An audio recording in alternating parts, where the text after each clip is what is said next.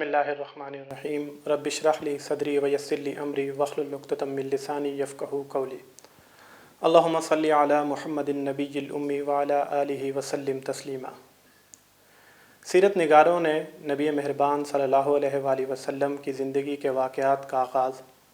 عمومی طور پہ حضرت ابراہیم علیہ السلام کے دور سے کیا ہے، اور اس کی بنیادی وجہ یہ ہے کہ مکہ کی سرزمین ایک غیر آباد جگہ تھی۔ پہاڑوں کے دامن میں ایک ٹیلہ تھا جہاں پہ کوئی چیز تعمیر نہیں تھی اور نہ ہی یہاں کوئی آبادی یا کوئی لوگ رہتے تھے۔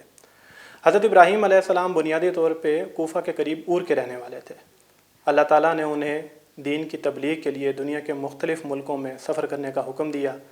اور اپنے اسی دعوتی دورے کے دوران ان کا مصر جانا ہوا، اور مصر میں جب ان کی فرعون سے ملاقات ہوئی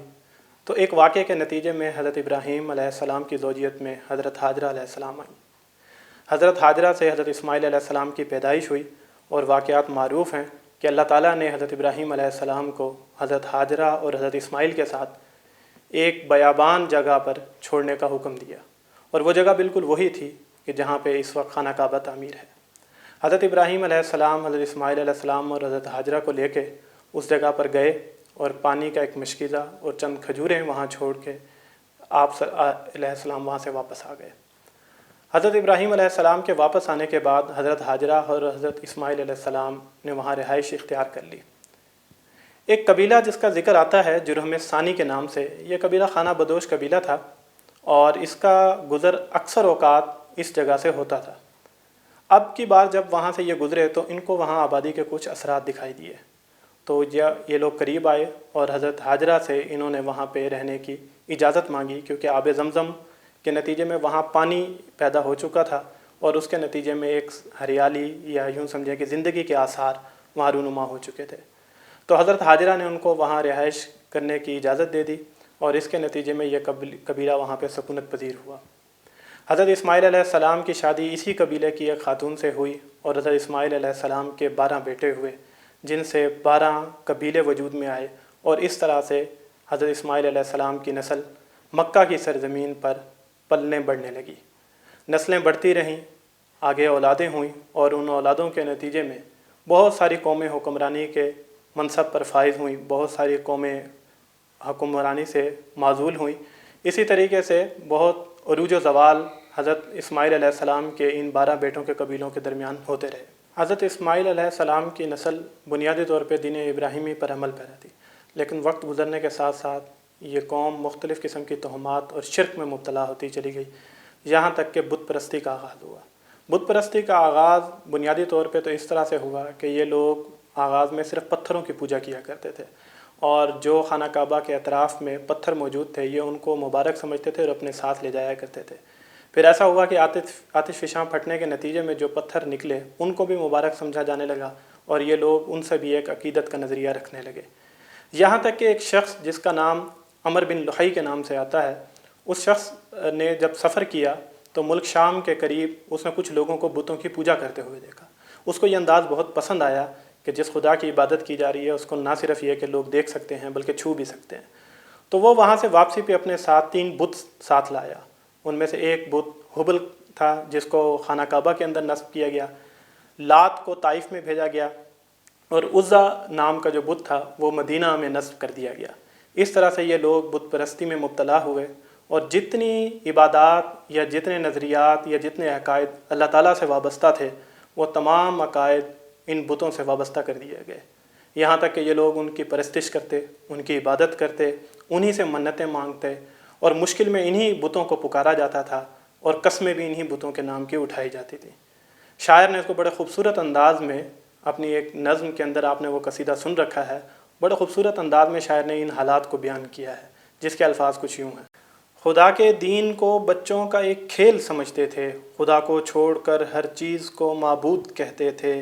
وہ اپنے ہاتھ ہی سے پتھروں کے بت بناتے تھے، انہی کے سامنے جھکتے انہی کی حمد گاتے تھے، کسی کا نام عزا تھا کسی کو لات کہتے تھے، حبل نامی بڑے بت کو بتوں کا باپ کہتے تھے۔ کتنی ہی نسلیں پروان چڑھیں، یہاں تک کہ عرب کے اندر جناب قصی کا زمانہ آیا۔ یہ نبی مہربان صلی اللہ علیہ وآلہ وسلم کا تعلق بھی جناب قصی کی نسل سے تھا۔ قصی بنیادی طور پہ اسماعیلی خاندان سے تعلق رکھتے تھے اور کعب کے بیٹے تھے۔ قصی دراصل اسماعیلی خاندان سے تعلق رکھتے تھے اور کلاب کے بیٹے تھے۔ جناب قصی کے حوالے سے دو چیزیں بڑی مشہور ہیں۔ ایک تو یہ کہ انہوں نے مکہ کے اندر دارالندوہ تعمیر کیا، جو کہ آپ کہہ سکتے ہیں کہ مکہ کے لوگوں کے لیے ایک پارلیمنٹ کا درجہ رکھتی تھی۔ اسی طریقے سے انہوں نے رفادہ اور سقایا اور دیگر کئی عہدے قائم کیے اور مختلف قبائل کو یہ عہدے دے دیے۔ جناب قصی کی وفات کے بعد ان کے بیٹے عبدالدار سردار ہوئے اور رفادہ اور سقایا کے عہدے ان کو ملے، جبکہ ان کے بعد یہ عہدے عبد مناف کے پاس چلے گئے۔ عبد مناف کی نسل میں سے یہ عہدے جناب ہاشم کو ملے، جو بہت بڑے سردار ہوئے اور مکہ میں ان کو وہی عزت ملی جو کسی زمانے میں جناب قصی کو حاصل تھی۔ یہ ہر دل عزیز شخصیت تھے، نرم دل انسان تھے اور لوگوں سے بڑی محبت رکھتے تھے، اس وجہ سے مکہ کے اندر ان کو غیر معمولی مقام حاصل ہوا۔ جناب ہاشم اپنے ایک سفر کے لیے شام روانہ ہوئے اور یثرب میں جب وہ گئے تو وہاں پہ انہوں نے ایک شادی کی اور اس کے بعد واپسی پہ وہ اپنی بیوی کو لے کے مکہ آ گئے۔ یہیں ان کے ہاں ایک اولاد ہوئی اور ان کا بیٹا ایک پیدا ہوا جس کا نام شیبہ رکھا گیا، اور اس بیٹے کی پیدائش دراصل مدینہ میں ہوئی۔ ان کی والدہ بچے کی پیدائش کے وقت مدینہ میں تھی۔ جناب ہاشم ایک سفر کے سلسلے میں دوبارہ روانہ ہوئے اور غزہ میں جا کے ان کا انتقال ہو گیا، جبکہ ان کی بیوی اور ان کا بیٹا مدینہ کے اندر یثرب کے نام سے، اس وقت مدینہ کا نام چونکہ یثرب تھا تو وہ یثرب میں موجود تھی۔ جناب ہاشم کی وفات کے بعد ان کے بھائی مطلب کو سرداری میں ملی، اور جناب مطلب جو ہیں وہ اپنے بھتیجے ہاشم کے بیٹے کو لینے کے لیے مدینہ تشریف لے گئے، اور جب مدینہ ان کی ملاقات ہوئی تو ان کی بچے کی والدہ نے منع کر دیا بچوں کو ساتھ بھیجنے سے۔ جناب مطلب کی گزارش پہ انہوں نے بچوں کو ساتھ بھیج دیا اور شیبہ نام کا یہ بچہ جناب مطلب کے ساتھ مکہ روانہ ہوا۔ جب مکہ میں داخل ہوئے تو لوگوں نے دیکھا کہ جناب مطلب اپنے ساتھ ایک بچے کو لے کے آ رہے ہیں، تو دور سے دیکھنے والوں نے پوچھا کہ یہ کون ہے؟ تو لوگوں نے کہا کہ یہ عبد المطلب ہے، یعنی مطلب شاید اپنی خدمت کے لیے کوئی خادم اپنے ساتھ لائے ہیں۔ جب مطلب قریب آئے تو انہوں نے لوگوں کو یہ بتایا کہ یہ میرا خادم نہیں بلکہ میرا بھتیجا ہے، لیکن لوگوں میں یہ نام معروف ہو گیا اور لوگ اس بچے کو عبد المطلب کے نام سے پکارنے لگے۔ جناب مطلب کی وفات کے بعد عبد المطلب مکہ کے سردار ہوئے۔ ان کو بھی بہت عزت ملی اور اپنے والد کی طرح ان کی شخصیت بھی لوگوں کے اندر ایک ہر دل عزیز اور سب سے خوبصورت شخصیت مانی جاتی تھی، اس وجہ سے لوگوں کے دلوں میں گھر بنانے میں یہ کامیاب رہے۔ جناب عبد المطلب کے حوالے سے کئی واقعات مشہور ہیں، ان میں سے چند کا ذکر ہم یہاں پہ کریں گے، جس میں ایک سب سے بڑا واقعہ یہ ہے کہ آب زمزم کا کنواں کئی عرصے سے بند پڑا تھا۔ ایک جنگ کے نتیجے میں وہاں کے رہنے والے مقامی لوگوں نے اس کنویں کو بند کر دیا تھا اور اس کے اندر اپنے تمام سونے کے ہرن اور دیگر چیزیں جو ان کے ہاں مبارک تھیں اس کو اس میں بند کر کے اس کنویں کو انہوں نے اس انداز میں بند کیا تھا کہ دوبارہ نظر نہ آ سکے۔ جناب عبد المطلب کو خواب میں اس کنویں کی جگہ دکھائی گئی اور انہوں نے لوگوں سے اس کا ذکر کیا کہ مجھے آب زمزم کی جگہ دکھائی گئی ہے اور میں جگہ کھود کے یہ دیکھنا چاہتا ہوں کہ وہاں پانی موجود ہے یا نہیں۔ لوگ اس کے اوپر خوش بھی ہوئے، لیکن اس کے ساتھ ساتھ لوگوں نے اس بات پہ بھی اصرار کیا کہ ہم بھی اس میں حصے دار بنیں گے اور کھدائی میں شامل ہوں گے، لیکن جناب عبد المطلب کا یہ اصرار تھا کہ چونکہ خواب میں ان کو یہ جگہ دکھائی گئی ہے اس لیے وہی اس کی کھدائی کا کام لیں گے۔ بہرحال ایک سلسلے کے نتیجے میں لوگ اس کے اوپر راضی ہوئے اور جناب عبد المطلب نے اس کنویں کی کھدائی کی اور وہاں سے پانی بھی نکلا اور اس کے ساتھ سونے کے 2 ہرن نکلے اور اسی کے ساتھ چند دو تلواریں نکلیں جن کو کعبے کے دروازے پر نصب کر دیا گیا۔ اسی طریقے سے دوسرا مشہور معروف واقعہ ابرہہ کا ہے کہ جو اپنا لشکر لے کے آیا اور اس نے حملہ کرنا چاہا اور اس کے نتیجے میں اللہ تعالیٰ کی معصوم فوج ابابیل جو ہیں وہ کنکریاں لے کے اس فوج کے اوپر انہوں نے حملہ کیا اور وہ فوج برباد ہو گئی۔ یہ دونوں واقعات جناب عبد المطلب کی زندگی میں ہوئے اور اس وجہ سے ان کو ایک خاص مقام مکہ کے لوگوں میں ملنے لگا۔ جناب عبد المطلب نے انہی موقعوں پہ یہ نظر مانی کہ اگر اللہ تعالیٰ نے ان کو 10 بیٹے دیے اور ان میں تمام بیٹے جوان ہوئے اور ان کی خدمت کے قابل ہوئے تو ان میں سے ایک بیٹے کو وہ اللہ کی راہ میں قربان کر دیں گے۔ اللہ تعالیٰ نے ان کی اس دعا کو قبول کیا، ان کے 10 بیٹے ہوئے، وہ سب جوان ہوئے اور جب وہ خدمت کرنے کے قابل ہوئے تو جناب عبد المطلب نے اپنی اس نظر کو پورا کرنے کا ارادہ لوگوں سے ظاہر کیا۔ طے یہ پایا، طریقہ کار یہ اختیار کیا گیا کہ تمام بیٹوں کے نام لکھے جائیں گے اور قرآن اندازی کے ذریعے سے یہ طے کیا جائے گا کہ کس بیٹے کو قربان کیا جائے۔ جناب عبدل مطلب کے بیٹوں میں سب سے ہر دل عزیز شخصیت اور لوگوں کو جو سب سے عزیز تھے اور ایک منفرد شخصیت جناب عبداللہ کی تھی۔ اللہ کا کرنا ایسا ہوا کہ پرچی میں نام انہی کا آیا اور قرآن دازی میں انہی کا نام نکلا کہ ان کو قربان کیا جائے گا۔ جب ان کا نام سامنے آیا تو مکہ کے لوگوں نے جناب عبدل مطلب سے اصرار کیا کہ یہ تو ہمیں بہت عزیز ہیں، آپ ان کو قربان نہ کیجیے۔ جناب عبدل مطلب نے یہ جواب دیا کہ میں نظر مان چکا ہوں اور مجھے اپنی نظر پوری کرنا ضروری ہے۔ ایک حل یہ نکالا گیا، ایک کاہنہ عورت کے پاس یہ لوگ گئے اور اس کاہنہ عورت نے یہ مشورہ دیا کہ اونٹوں کا فال ڈالا جائے اور ایک طرف عبد المطلب کا نام عبداللہ کا نام ہو، جبکہ دوسری طرف اونٹوں کی پرچی ہو اور ایک پرچی کے اوپر 10 اونٹ لکھ دیے جائیں۔ اگر عبداللہ کا نام نکلے تو اونٹوں کی تعداد بڑھاتے چلے جائیں۔ یوں یہ جب فال نکالا گیا تو پہلی بار بھی عبداللہ صاحب کا نام آیا، جب دوسری مرتبہ فال نکالا گیا تو جناب عبداللہ کا نام آیا اور 10 اونٹ بڑھا دیے گئے۔ تیسری مرتبہ کیا گیا تب بھی جناب عبداللہ کا نام آیا، یہاں تک کہ اونٹوں کی تعداد 100 پہ پہنچ گئی، اور پھر جب فال نکالا گیا تو اونٹ نکلے جس پہ تمام لوگ خوش ہو گئے۔ اور اس نتیجے میں جناب عبد المطلب نے اپنی نظر اس طریقے سے پوری کی کہ اپنے بیٹے کے بدلے میں انہوں نے 100 اونٹ قربان کیے اور اس کا گوشت سب کے لیے تقسیم کر دیا گیا۔ یہی وجہ ہے کہ نبی مہربان صلی اللہ علیہ وآلہ وسلم یہ فرمایا کرتے تھے کہ میں 2 ذبیحین کی اولاد ہوں، ایک حضرت اسماعیل علیہ السلام اور دوسرے جناب عبداللہ۔ جناب عبداللہ کی شادی مکہ کی ایک بڑی معزز خاتون جناب حضرت آمنہ سے ہوئی، اور حضرت آمنہ سے شادی کے بعد جناب عبداللہ سفر پہ روانہ ہوئے اور ان کا انتقال مدینہ میں ہوا۔ جناب عبداللہ کی وفات کے قریباً 6 مہینے کے بعد حضرت آمنہ کے ہاں ولادت ہوئی اور نبی مہربان صلی اللہ علیہ وآلہ وسلم پیدا ہوئے۔ یہ 2 شنبے کا دن اور 12 ربیع الاول کی تاریخ تھی۔ جناب عبد المطلب کو خبر ملتی ہے اور وہ اتنے خوش ہوتے ہیں کہ جاتے ہیں اور اپنے پوتے کو لے کے خانہ کعبہ کی عمارت کے پاس چلے جاتے ہیں اور اس سے ٹیک لگا کے وہ یہ دہراتے ہیں کہ میں اس کا نام محمد رکھوں گا۔ لوگ بہت خوش ہوتے ہیں، لیکن ساتھ میں یہ سوال بھی کرتے ہیں کہ آپ نے اس کا نام محمد کیوں رکھا ہے جبکہ ہمارے آباء و اجداد میں سے کسی کا نام محمد نہیں ہے؟ جناب عبد المطلب یہ جواب دیتے ہیں کہ میں چاہتا ہوں کہ اس کی زمین پہ بھی تعریف ہو اور آسمان پہ بھی اس کی تعریف ہو، اس وجہ سے میں نے اس کا نام محمد رکھا ہے۔ عرب کا ایک رواج تھا کہ جو بچے پیدا ہوتے انہیں قریبی دیہاتوں میں بھیج دیا جاتا تاکہ وہ وہاں پہ ایک اچھے ماحول میں زندگی گزار سکیں اور ان کی عربی زبان بھی اچھی ہو سکے، اور وہاں کا ماحول چونکہ صحت مند ہوتا تھا اس وجہ سے بچوں کو وہاں بھیج دیا جاتا تھا۔ نبی مہربان صلی اللہ علیہ وآلہ وسلم کی جب پیدائش ہوئی تو قبیلہ بنی سعد کی خواتین دائیاں بچے لینے کے لیے مکہ کی طرف روانہ ہوئیں۔ اسی قافلے کے اندر جناب حلیمہ سعدیہ موجود تھیں، جن کی گدھیا جو ہے وہ سفر کے آغاز میں بڑی مریل سے تھی اور وہ چلنے سے قاصر تھی اور لوگ ان کا مذاق اڑاتے ہوئے آ رہے تھے۔ جب مکہ میں آئے تو حلیمہ سعدیہ کی قسمت میں نبی مہربان صلی اللہ علیہ وآلہ وسلم تھے، اس وجہ سے وہ محمد صلی اللہ علیہ وآلہ وسلم کو اپنے ساتھ لے کر واپس اپنے قبیلے کی طرف روانہ ہوئیں۔ حلیمہ سعدیہ جب محمد صلی اللہ علیہ وآلہ وسلم کو لے کر روانہ ہوئیں تو منظر یہ تھا کہ وہ گدھیا جو آتے ہوئے بالکل سست تھی اور مریل تھی اور چلنے سے قاصر تھی، اب وہی گدھیا تیز رفتار ہو چکی ہے، اور لوگ پیچھے سے حضرت حلیمہ کو آوازیں دیتے تھے کہ تمہیں کیا ہوا ہے کہ اونٹنی تو وہی ہے اور تمہاری گدھیا بھی وہی ہے، لیکن اب تم برق رفتار ہو چکی ہو۔ اسی طریقے سے ان کی اونٹنی جو آتے ہوئے صرف ان کے خاندان کو دودھ پلانے سے قاصر تھی، اب یہ منظر تھا کہ اس سے اتنا دودھ حاصل ہوا کہ نہ صرف یہ کہ حلیمہ سعدیہ کے خاندان نے وہ دودھ پیا بلکہ قبیلے کے دیگر لوگ بھی اس سے مستفید ہوئے۔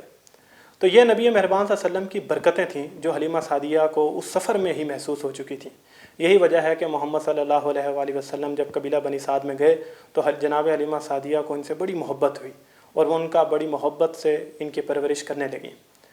نبی اکرم صلی اللہ علیہ وآلہ وسلم حضرت حلیمہ کے بچوں اور دیگر بچوں کے ساتھ کھیلتے کودتے قبیلہ بنی سعد کے اندر بڑے ہوتے گئے، یہاں تک کہ 2 سال کا وقت گزرا، اور 2 سال کے بعد ایک طریقہ کار کے مطابق یہ وہ وقت تھا کہ جس کے اوپر حضرت حلیمہ سعدیہ کو محمد صلی اللہ علیہ وآلہ وسلم کو ان کی ماں کے حوالے کرنا تھا۔ لیکن ان کے گھر میں برکتیں اتنی تھیں، جس میں کچھ کا ذکر آپ لوگوں نے یقیناً سن رکھا ہوگا کہ قبیلے کے لوگوں کی بکریاں جہاں چرنے جاتی تھیں وہاں سے باقی لوگوں کی بکریاں خالی پیٹ واپس آتیں، جبکہ حلیمہ سعدیہ کی بکریاں پیٹ بھر کے واپس آتیں، اور لوگ یہ کہا کرتے تھے کہ جہاں حلیمہ کی بکریاں ہوتی ہیں وہاں تم بھی بکریاں لے کے جایا کرو۔ اس وجہ سے ان کا دل راضی نہ ہوا اور محمد صلی اللہ علیہ وسلم سے ان کی محبت نے ان کو مجبور کیا کہ انہوں نے حضرت آمنہ سے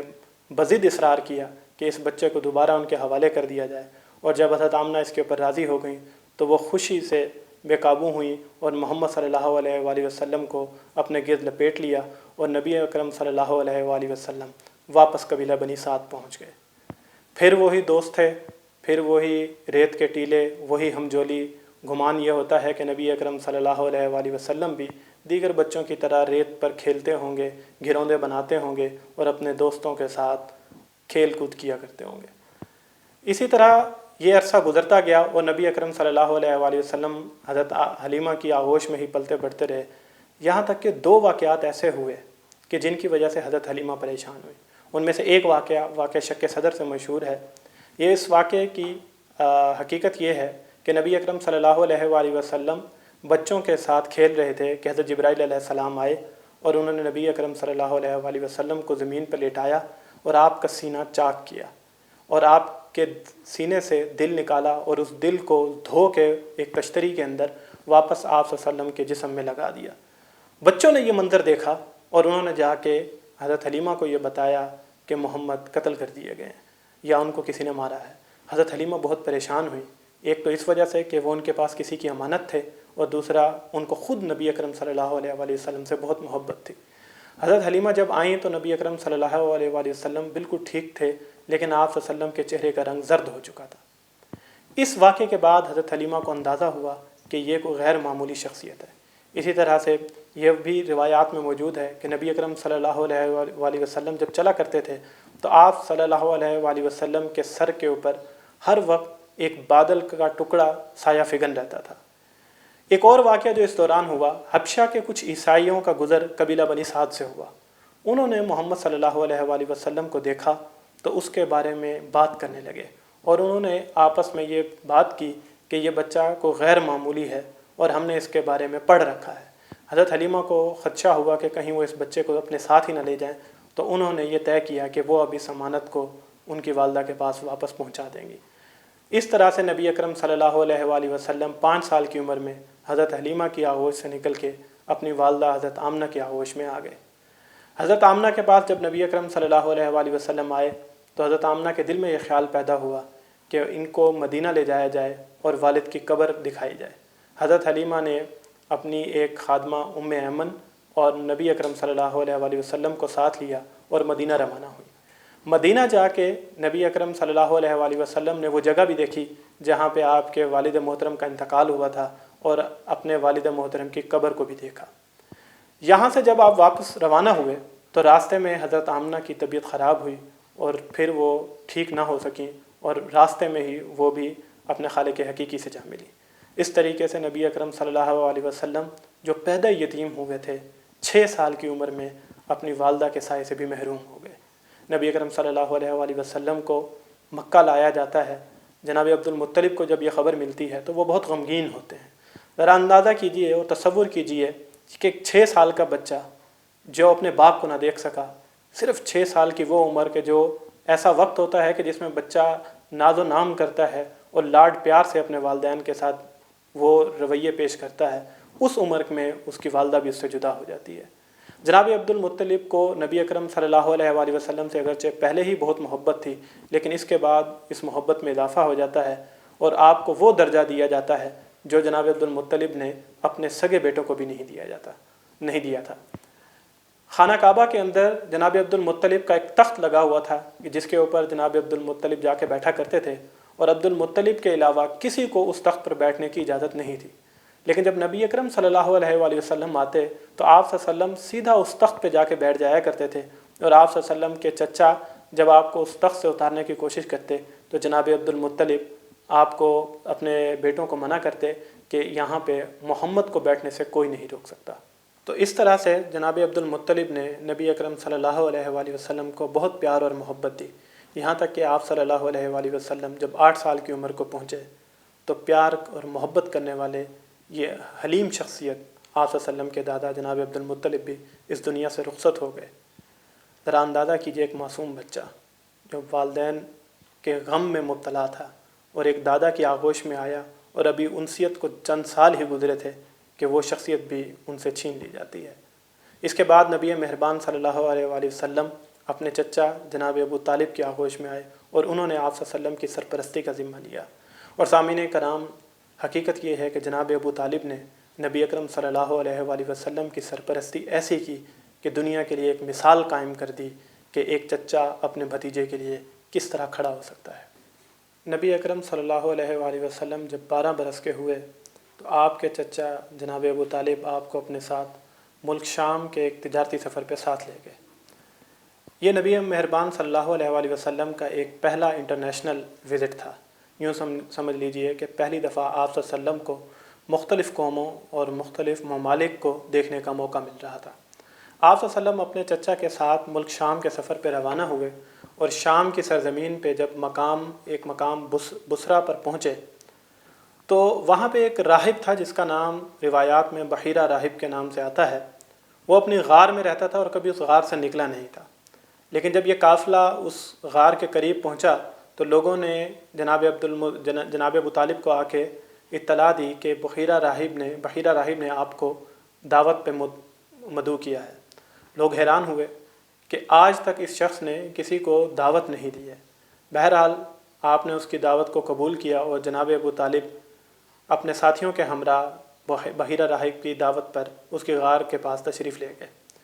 بحیرہ راہب نے جب لوگوں کو دیکھا تو جناب ابو طالب نے بتایا کہ ہم سب لوگ آئے ہیں سوائے میرے بیٹے کے ایک لڑکے کو ہم وہاں چھوڑ آئے ہیں، جس پر بحیرہ نے کہا کہ نہیں، تمام لوگوں کو میں نے دعوت دی ہے تو آپ اس بچے کو بھی اپنے ساتھ بلائیے۔ نبی مہربان صلی اللہ علیہ وآلہ وسلم کو بلایا جاتا ہے اور جب آپ صلی اللہ علیہ وآلہ وسلم وہاں تشریف لائے تو بحیرہ کی نگاہیں آپ صلی اللہ علیہ وآلہ وسلم پر ٹک گئیں اور وہ بڑے غور سے آپ صلی اللہ علیہ وسلم کو دیکھنا شروع کر دیا۔ اس نے بعد میں جناب ابو طالب سے پوچھا کہ یہ بچہ آپ کا کیا لگتا ہے؟ جناب ابو طالب نے کہا کہ یہ میرا بیٹا ہے۔ بحیرہ نے کہا کہ نہیں، یہ آپ کا بیٹا ہو ہی نہیں سکتا کیونکہ اس کے والد کو زندہ نہیں ہونا چاہیے۔ جناب ابو طالب نے کہا کہ تمہیں یہ بات کیسے معلوم ہوئی؟ اس نے کہا کہ جو بات میں نے پوچھی ہے پہلے آپ مجھے وہ بتائیے۔ جناب ابو طالب نے جواب دیا کہ ہاں، یہ میرا بھتیجا ہے اور میرا بھائی فوت ہو چکا ہے، یہ اس کا بیٹا ہے۔ تب بحیرہ نے کہا کہ جب یہ بچہ اس مقام پر داخل ہوا تو تمام پتھر اور درخت اس کی تعظیم میں جھک گئے اور میں اس بچے کو پہچان چکا ہوں اور یہ آنے والے وقتوں میں ایک عظیم شخصیت ثابت ہوگا۔ اس کے ساتھ ہی اس نے جناب ابو طالب کو یہ مشورہ دیا کہ آپ اس کو آگے مت لے کے جائیے کیونکہ شام کے اندر رہنے والے یہودی اس کو پہچان لیں گے اور اس بچے کی جان کو ان یہودیوں سے خطرہ ہوگا۔ جس پر جناب ابو طالب نبی اکرم صلی اللہ علیہ وآلہ وسلم کو آگے نہ لے کے گئے، اور جب آپ صلی اللہ علیہ وسلم واپس آ رہے تھے تو جناب ابو طالب کے ذہن میں بحیرہ کے الفاظ گونج رہے تھے اور وہ پورا سفر اس کے اوپر غور و فکر کرتے رہے۔ دوسری جانب نبی اکرم صلی اللہ علیہ وآلہ وسلم نے بغور اپنے سفر کے دوران بغور مشاہدہ کیا اور آپ صلی اللہ علیہ وسلم اپنے تجربات اور مشاہدات پر فارغ وقت میں غور و فکر کیا کرتے تھے۔ اگر ہم اس سفر کی حکمت کو سمجھیں تو بنیادی طور پہ جس قوم کے ساتھ یا جن قبائل کے ساتھ بعد میں اسلام کو ٹاکرا پیش آنا تھا، نبی اکرم صلی اللہ علیہ وآلہ وسلم کو وہ مقامات اور ان قوموں کے احوال 12 سال کی عمر میں ہی دکھا دیے گئے۔